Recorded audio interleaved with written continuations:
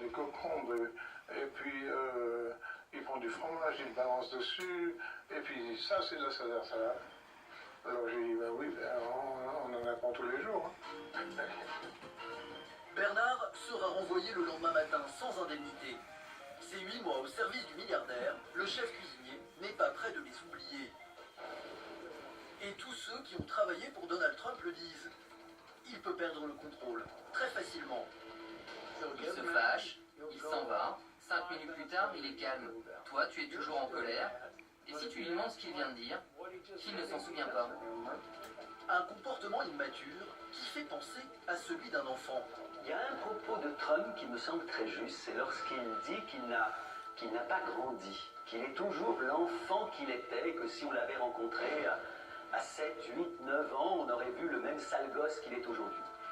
Juste une petite erreur, je crois qu'il a 5-6 ans plutôt. C'est ça son âge, juste avant l'âge de raison. Et c'est vrai que de ce point de vue-là, c'est quelqu'un qui est capable d'être comme les enfants de 5-6 ans, c'est-à-dire absolument intempérant, et considérer que ce qu'il veut, c'est ce qu'il doit obtenir. Comme tous les enfants, Donald ne se censure jamais et il dit les choses avec franchise. Une attitude qui a séduit un grand nombre d'électeurs aux États-Unis, mais qui en a aussi effrayé plus d'un, notamment lorsqu'il aborde les problèmes d'immigration dans son pays. Quand le Mexique nous envoie ses immigrés, il n'envoie pas les meilleurs. Ils apportent la drogue, le crime, les viols. Bon, et c'est vrai, parmi eux, il y a aussi des gens bien. Alors qu'il n'en est encore qu'au début de sa campagne, cette petite phrase qui stigmatise les Mexicains plonge Donald Trump au cœur du scandale.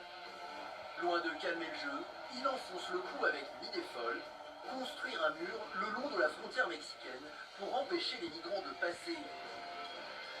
3141 km de long.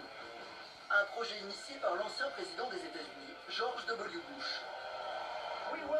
Nous construirons le mur. Nous construirons le mur.